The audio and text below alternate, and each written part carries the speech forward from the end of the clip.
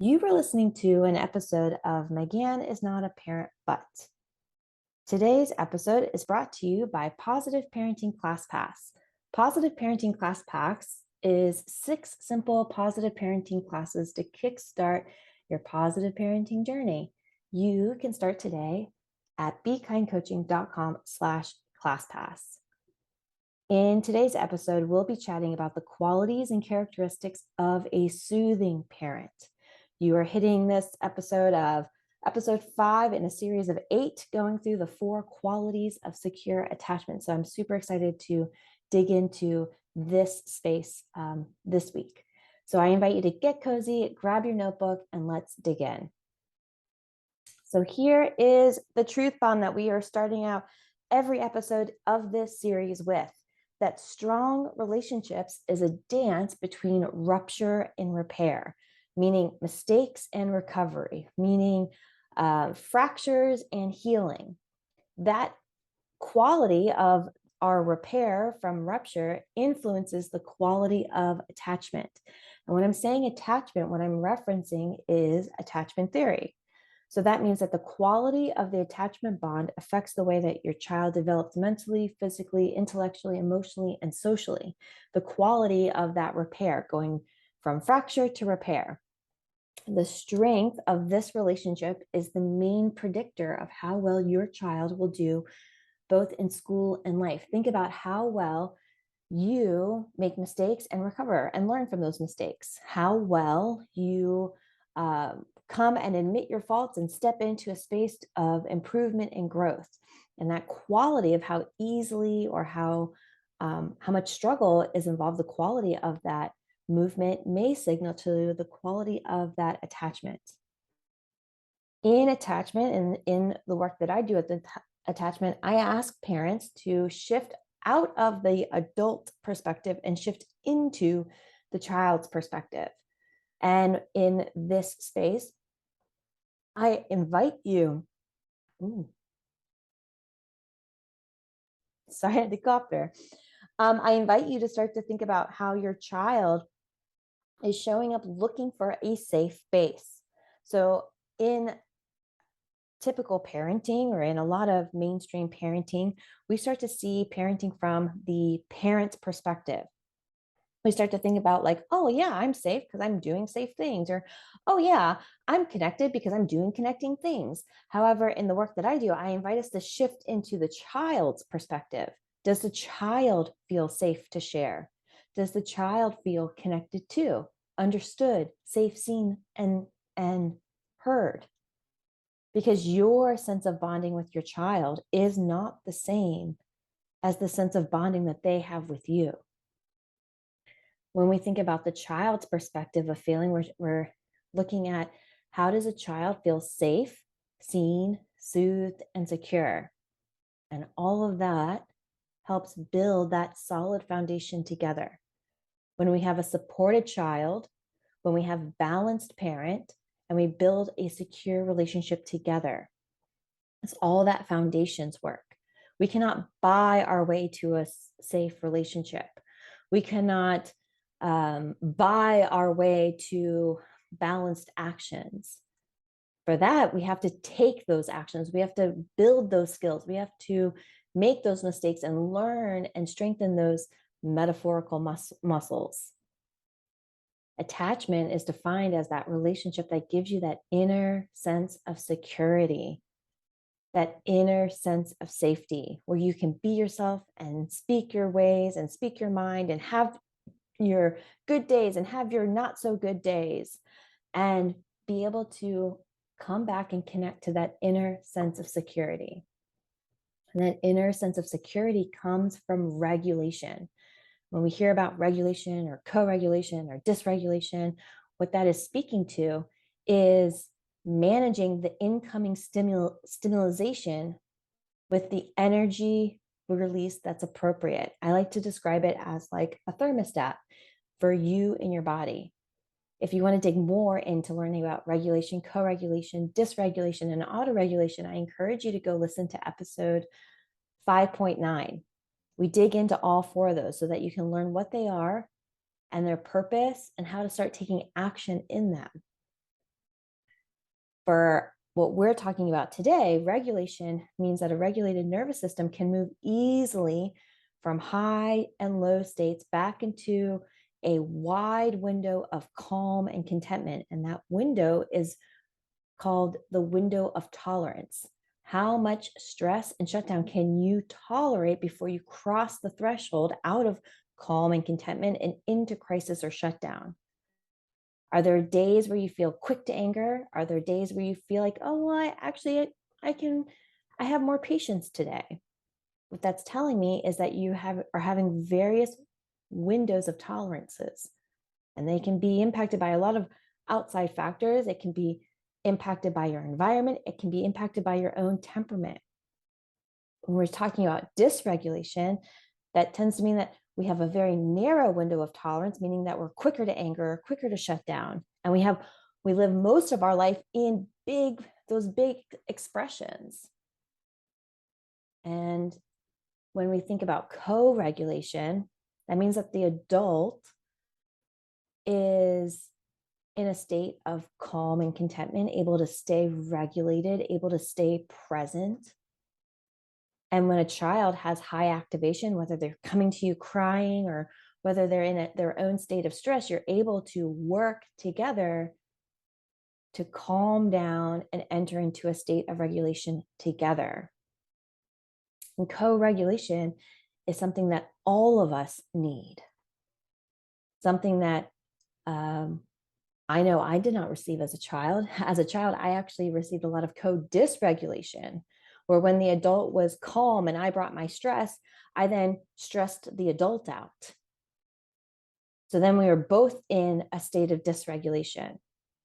Or there were times that I was doing my own thing, living life, feeling calm, and then my adult in my life brought their sense of dysregulation to me, and then we were both in a state of dysregulation. This is why I always say that adults have to do this work first, because the child is dependent on the adult.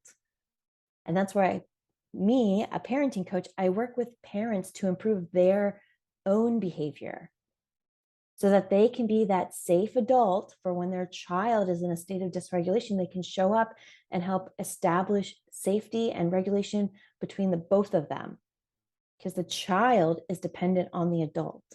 And I use adult meaning parent. It could mean babysitter. It could mean teacher. It could be aunt, uncle. Whoever the adult is in the room holds the power, and the child then is dependent on the adult to do that work. The child is learning from the adult. As social mammals, we need that connection to another to help soothe our nervous system. That is normal. That is something that we need.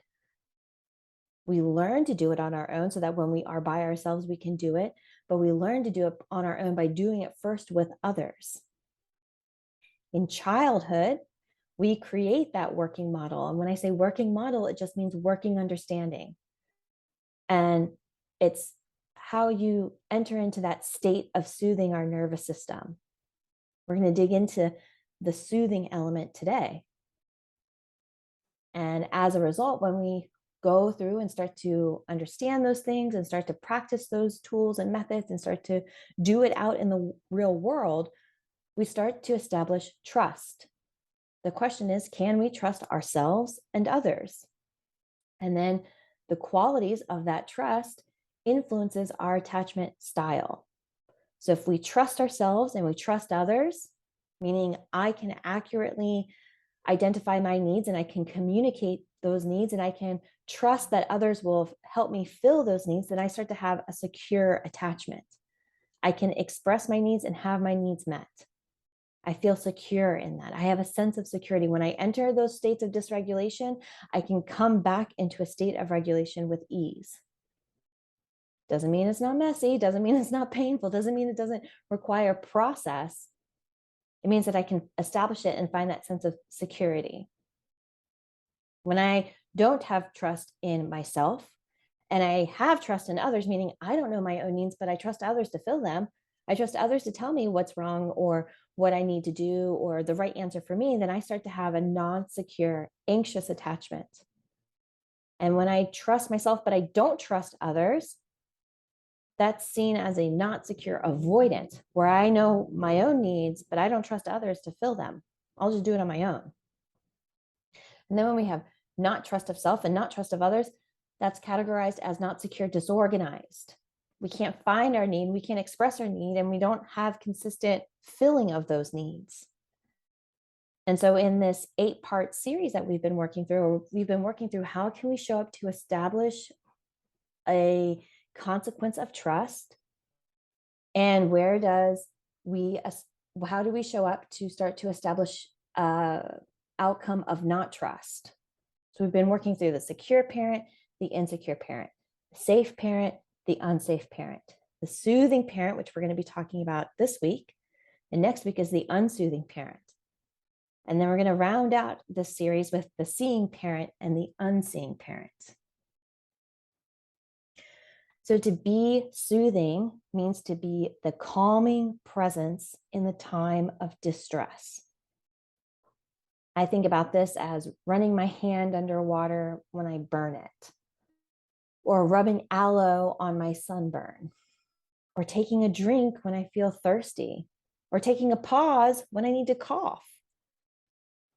Those are ways that I help soothe my own self in those moments of distress. Much like what we've been talking about this whole series is, does the child have a sense of safety to land and launch? And is the parent a safe base to land and launch from? Being able to see it from both sides. And when we're talking about soothing, the question that I pose is, how does the caregiver respond when the child is in their own state of distress? I often use the visual of being on fire. So when the child is on fire, does the caregiver respond like gasoline, making the stress and dysregulation bigger? This is where I dig into punishments, shame, blame, disconnection, rewards, sticker charts. All of these things start to create a bigger sense of stress, and situations start to go off track real fast. Those are moments where we're acting like gasoline in those moments of stress. And instead, what I'm hoping that this series is providing, or the work that I do is providing, is building in that sense of harmony, being able to regulate myself and others so that they can go and regulate themselves and others. And so then that's the new cycle that starts, and that's a state of harmony where those fires are now being soothed, that those fires are now lessening, finding resolution. So if we take a moment here and we start to think about, in our own times of stress, what helps calm you down?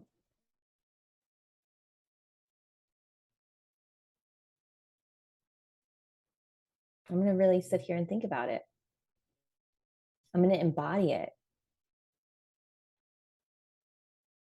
Who do I lean to in moments to help calm me down? What methods, what tools, what community supports do I have that helps calm me down?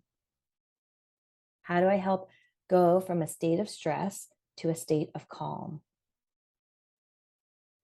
And I want you to know that all of the answers will be unique. My answers and your answers will probably look totally different. Something that is soothing to you may be very dysregulating to me, and something that's soothing to me may be very dysregulating to you. What comes to mind is my niece, Catherine. She loves to wear socks on her feet. Socks on her feet brings her comfort. It brings her soothing. I remember when she was a young child, she couldn't even go to sleep without socks on her feet. And I'm the total opposite. Socks feel constricting to me. Socks send me over the edge. The only time I will wear socks is if I'm running or exercising. Other than that, my feet have to breathe. So that's a time where a technique, a method, a strategy is soothing to one person and dysregulating to another person. And when we think about that in relationship to the parent-child relationship,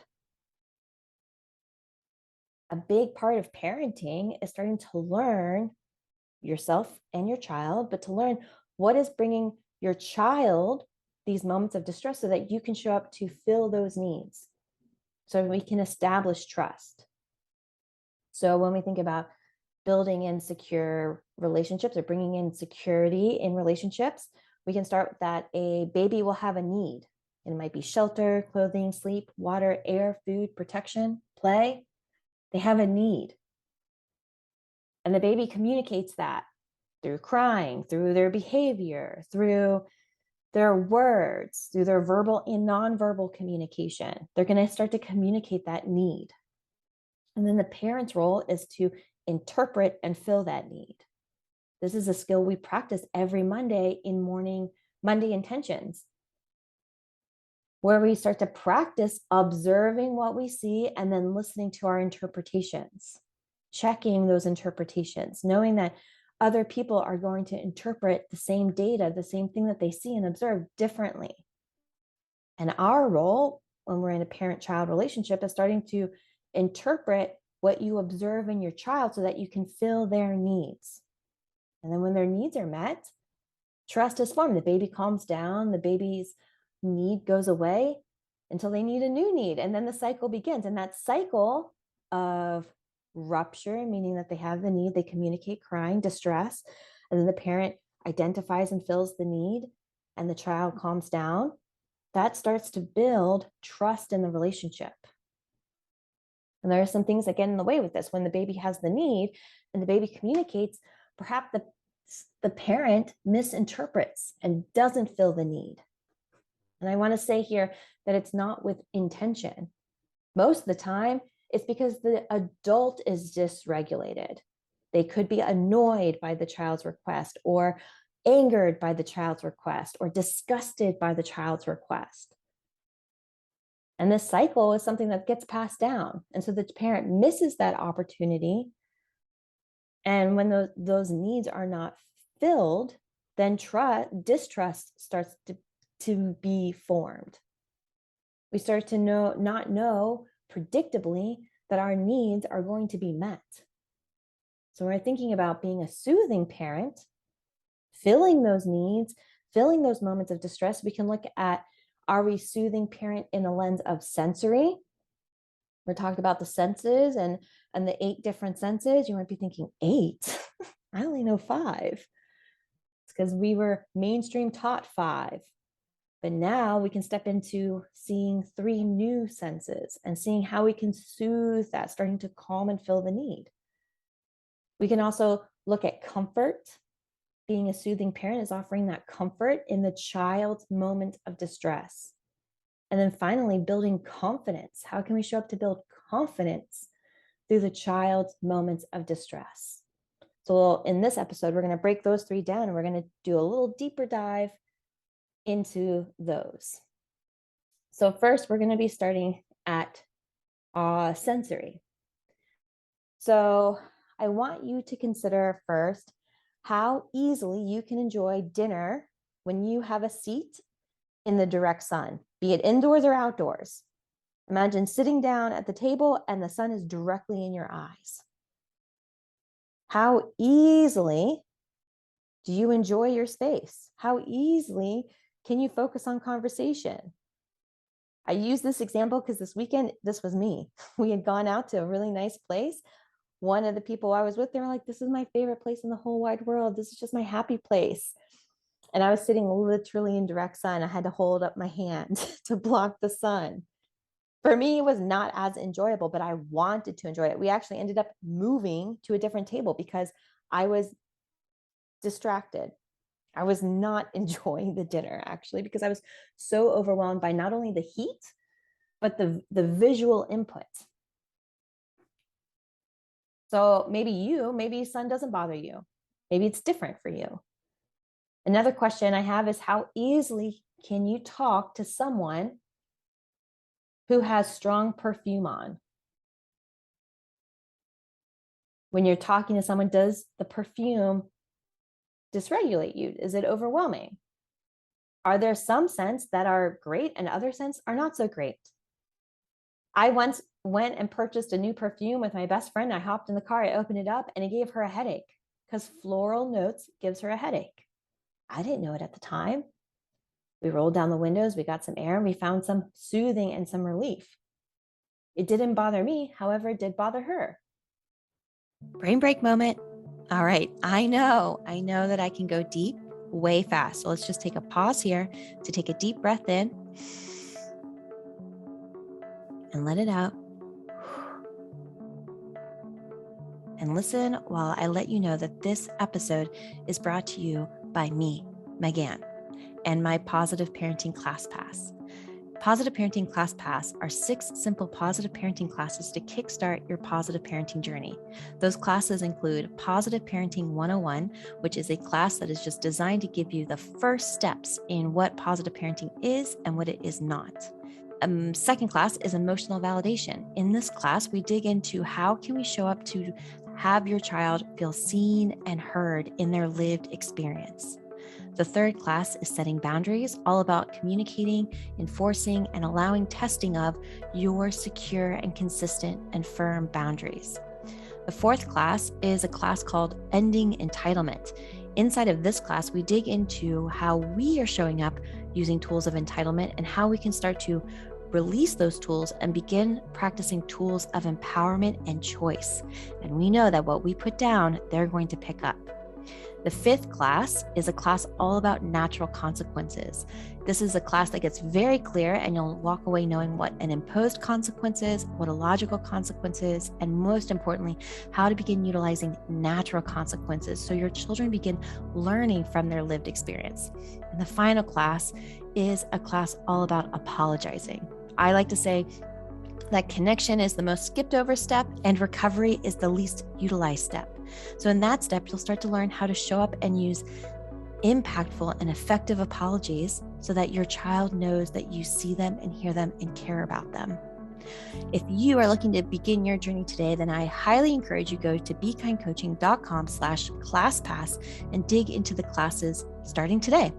As my free gift, you will receive Raising Respectful Kids, which is my 3-part video series all about how to stop focusing on adding on more decorations to your child and to you and to your relationship, and instead starting to reinforce and build a solid and secure foundation together. I can't wait to hear all of your amazing wins from the steps that you take inside of Positive Parenting Class Pass. All right, ready to get back to our episode? Before we get back, let's take one more deep breath together. And take a deep breath in and let it out. And let's go. And the last one, how well do you fill others' needs when you have a pounding headache? When you feel the pressure in your head or the pain in your head, how easy is it for you to meet someone else's needs? For me, not good. I need to find relief. I need to find something that soothes. Now we can take it into a more childlike lens. Imagine that the sock seams irritate you, or the tags on your shirt irritate you, or the scratchy material irritates you. If that was what you were feeling in your experience, how easy would it be for you to focus on a test? For me, it would be overwhelming. I wouldn't be able to focus. My focus would be on the thing that irritated me. That might impact how long it takes me to take the test. It may impact the quality of the test. It may impact my frustration levels, my window of tolerance throughout the rest of the day. It might impact my grade, and then how others treat me as a result of that grade. It would impact me in big ways. Imagine how you would feel if you're floating. How safe would you be on the playground if your sense that you had was that you didn't know where you were in the room, or you didn't know body boundaries, or how long your arms were, or how you could stand up? Imagine how safe you would be on the playground. You'd probably be bumping into things. You'd probably be crashing into people. You might be spinning around on the swings with your arms and legs out. And finally, imagine that you have no balance. That balance is something that you struggle with. How easy would it be to do a simple task like sitting in your chair?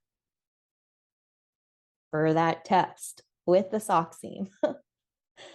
All of those things ping us to our senses. When our senses are overrun with stimulation, input, output, when that is off balance, when we don't have a soothing need from that internal stimulation and then have the appropriate release in the external stimulation, our senses can become overwhelmed and then impact our behavior and performance. So when we're thinking about those senses, we often think of those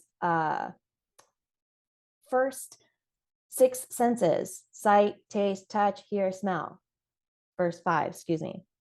So we're thinking about visual input, what we see, and that's through our eyes, which gives information to our brain and then tells us what we're looking at. We can think of the gustatory input, which is our taste. So that's our taste cells, and they react to the food and beverages. They tell us about the flavors, the textures, the temperatures. Imagine if something like that is out of whack. You start to not like something, a certain texture, a certain flavor that may impact the meal, it may impact your diet, it may impact so much. When we think about tactile, that's touch. So our tactile systems helps us to understand the important senses of pressure, texture, hot, cold, and pain. Light touch, firm touch, textures, dry, wet, messy. Touch also helps us bond in our relationships.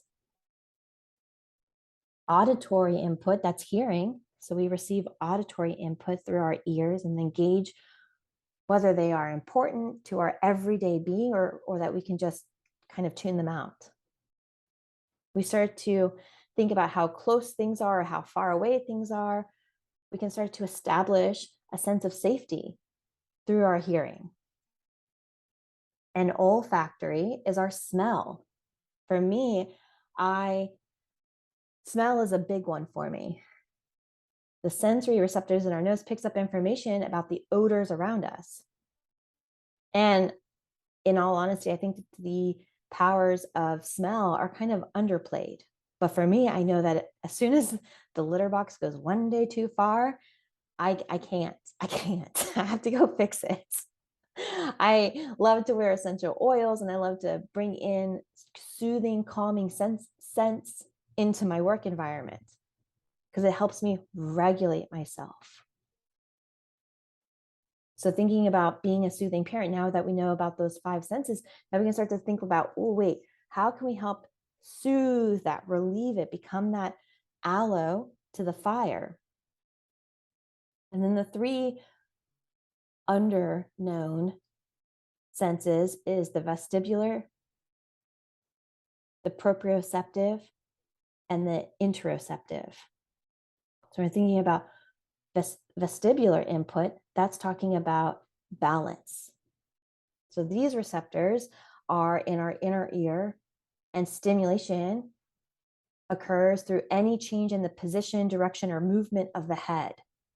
Vestibular input contributes to our sense of body position in space, our posture and our muscle tone, the maintenance of a stable visual field, coordination, and then balance, and even our gravitational awareness. So if we can feel the gravitational pull so that it eliminates that sense of floating, we can start to see, like, if someone is having incorrect input to output, they may have struggles balancing, they may have struggles out on the playground, they may have hard times sitting in desks or attending to tasks.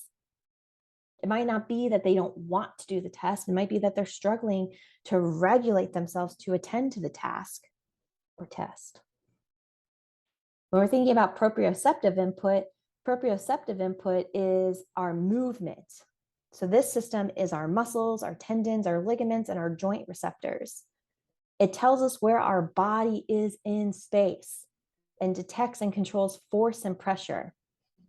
So this is helpful when we're moving from activity to activity around the house.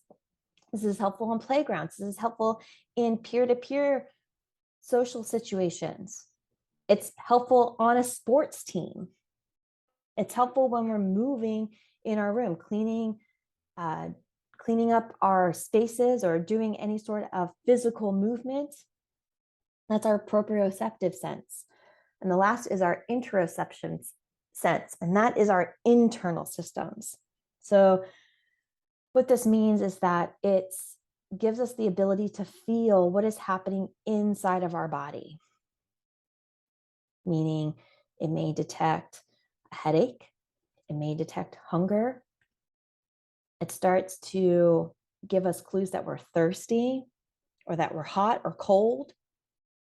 It might give us our heart and breathing rates, muscle tension, itching, sleepiness. All of those are part of our interoceptive inputs. So to become a soothing parent is to understand that those senses impacts our behavior. Those senses might be going out of balance or not in sync with each other. And it calls in becoming curious to finding those needs and filling those needs so that we can find that state of calm and contentment. So being soothing means to have an awareness of those senses and be sensitive and responsive to the child's senses. Another part of being a soothing parent is comfort. And we can look at comfort as compassion, empathy, and validation. To be compassionate is to perceive, to have perception and thinking through and then taking action to reduce suffering. This is big. Compassion is actually an empathetic response that arises from when we become aware of suffering. For instance, if someone is not filling your needs and then they say, hey, I have a headache, you would have compassion for them and their headache. Oh, okay, it makes sense why you weren't able to get me a glass of water. You have a headache. It made sense why you were a little bit more irritated. You had a headache. I now can have compassion for that headache and then want to soothe that ailment. Compassion is a big thing. Compassion is not sympathy. When we think about sympathy, sympathy is the feelings of pity and sorrow for someone else's misfortune. Like, oh, I'm so sorry you have a headache. That's not compassion, that's sympathy. Oh, it's the worst when I have a headache. I know that it's not fun for you either. Compassion is not kindness. Kindness is doing something for someone else without expectations of return. Kindness is actually a state of being. It's what we do. Compassion is also not empathy. Empathy is actually in the next slide. It's actually defined as the ability to step into another person's shoes, to feel what they're feeling and understand their perspective. It has nothing to do with you. It's everything about seeing the world from their lens, stepping into their experience. It's also not altruism. Altruism refers to behavior that benefits another individual at the cost of oneself. So it's like giving away the shirt off your back to someone else because someone else needs it more than you. Sometimes we get it tricked and we're like, oh, wow, they're so compassionate. Look, they're giving away everything they have to other people. However, that's altruism. Sometimes it does get mixed up with compassion. But compassion is just being there to witness and see and understand the suffering. And we don't have to judge the suffering. A couple of weeks ago during book club, we were talking about compassion fatigue and how we think about compassion fatigue often and how it's like, oh, well, that's just, oh, they're just doing it because they're such a good person. And it almost becomes martyrism, where now we think like, oh, we have to give everything away, or we have to give this, and that's compassion. And then some people are deserving of my compassion and other people are not deserving of my compassion. Whereas being compassionate means just being able to identify the suffering in the experience and have an empathetic response to that. We're thinking about empathy. Empathy is that map inside of me about what I imagine is your experience. Empathy is getting out of my perspective and stepping into your perspective. Again, empathy is to fill within that emotional resonance, the perspective taking, the communication, and understanding. Empathy is not, again, sympathy. Empathy is not boundaryless, meaning to have empathy is to have established boundaries. I know what is mine and I know what is yours. I may become shifted, I may become changed because of that experience with you, but I'm not going to take yours on as mine. And I'm also not going to give you mine to be yours. Hugs too is not empathy, like, oh, just like that, all the things like, let me get you something, right? That's not empathy. That may offer some form of comfort, it plays a role, but empathy is an active process. It's not something that we passively do. Empathy takes energy. Empathy takes choice. Empathy takes intention. Empathy is about showing up in ways that communicates like, I understand things from your point of view. I don't have to agree with you. I don't have to, think that that's what you should have done. It's about getting into spaces saying, hey, I see it from your point of view. I see it from your experience, and I'm going to gain insights and spaces so that I can validate that experience. And that leads us to validation, the third pillar of comforting. So validation is recognizing and accepting another person's internal experience as valid. Validation is a way to increase intimacy and emotional closeness. It increases safety. It increases that security. It's being someone that says, I can validate you in your journey. Validation is not condoning saying you should have done that, or yeah, that is what you should do next time. Validation, especially, comes up a lot with my clients when we're talking about sibling interactions and one sibling hits another sibling. We can validate saying you were so mad and you hit your sibling. That's validation. You were so mad and you did this thing. I'm not saying I want to see you do it more. I'm saying I can validate that that's what you did. That was your experience. Validation is also not agreeing with. Validation isn't like saying, oh, you were so mad and I think that was a great idea you hit your brother. That's not what validation is either. Validation is saying, hey, I see this experience, I see the choice you made, and I understand it. I don't understand why you did it. I don't condone why you did it. I don't agree why you did it. I don't think you should do more of it. I'm just saying, I see you, I hear you, I understand you. That was the tool you used. Validation is not connected to love, and validation is not connected to judgment. We don't need to judge someone else's actions or decisions or movements. When we're talking about validation, we're just simply saying, I recognize and I accept that that is what you did. I can validate someone who I don't like. I can validate someone who I don't agree with. I can validate someone that I see make a decision that I wouldn't make. And it reminds me of all of the insights inside of the connection class, inside of class 2 of positive parenting class, where I dig into emotional validation. How can we show up in ways that say, I see you, I hear you, I get you, I understand you?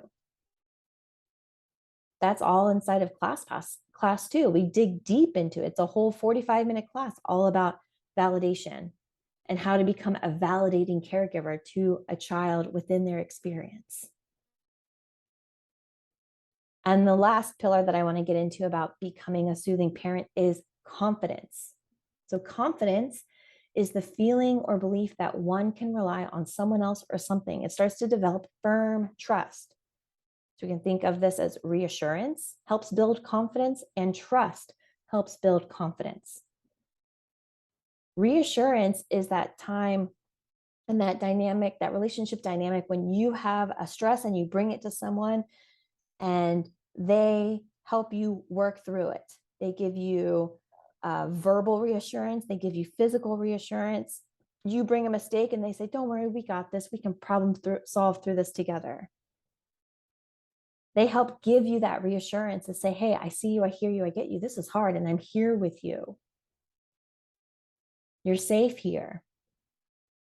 I see reassurance happen in toddlers, young toddlers. And even, I mean, even my husband does it sometimes when they're doing something, when someone is doing something that's bringing them nervousness or stress, and they use their eyes, they look to the person they trust, or they look to the person to give them reassurance. And that's where you get like a thumbs up or like, it's okay. You can go. That's reassurance. Whether someone is bringing you their stress and you're communicating, it's okay, I got you. And over time, when that proves true, when that support happens, when that space of soothing their stress happens, then we can start to develop trust. So again, trust is developed when the child has the need, the child communicates the need, the parent interprets that need, and the parent fills that need. Then trust is formed. Over time, that creates security in the relationship. Versus when we misinterpret that and then the need doesn't get filled, and then that starts to build not trust. And when we think about this, I want you to think about this in terms of long term. So mistakes are part of the process. Ruptures are part of the process. There are going to be times where you don't fill the need, and that's okay. This is about progression and process. It is never about perfection. So we're thinking about trust. We're thinking about need. Child has a need, the need is filled, trust is established. And then that cycle happens again and again and again, time after time after time. The child shows up with the need and the parent fills that need, and then trust is established.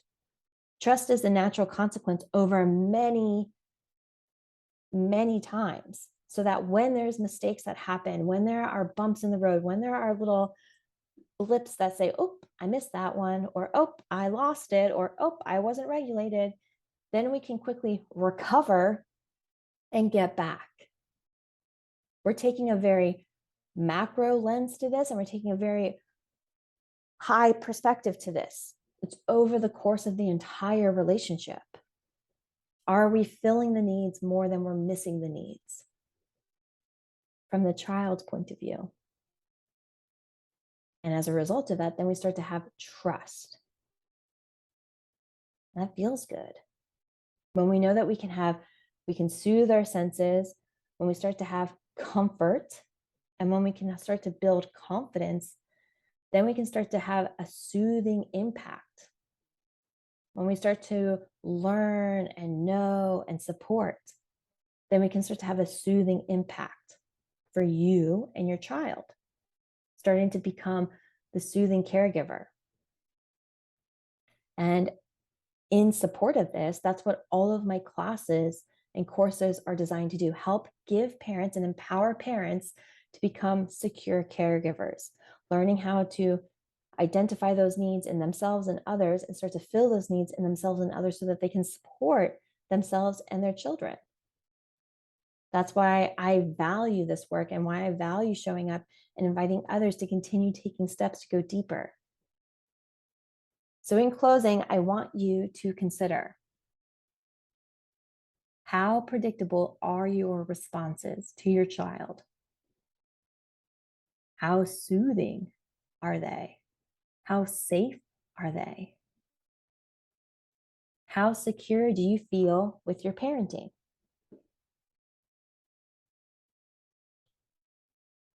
And if you've taken notes, if you have thoughts, if you have insights, I love to see them. You can share them one of three ways. You can share them in an Apple review on Apple Podcasts. You can share them on social media and tag me. And you can share them, your thoughts and insights, through the dedicated posts inside of our Facebook community, Positive Parenting with Meg Ann Ford. I want to say thank you for tuning in and staying to the end. My mission in life is to help support parents in feeling supported and empowered in doing this work. This podcast, my Facebook community, and programs and book club all help parents work through the phases of awareness, education, and practice.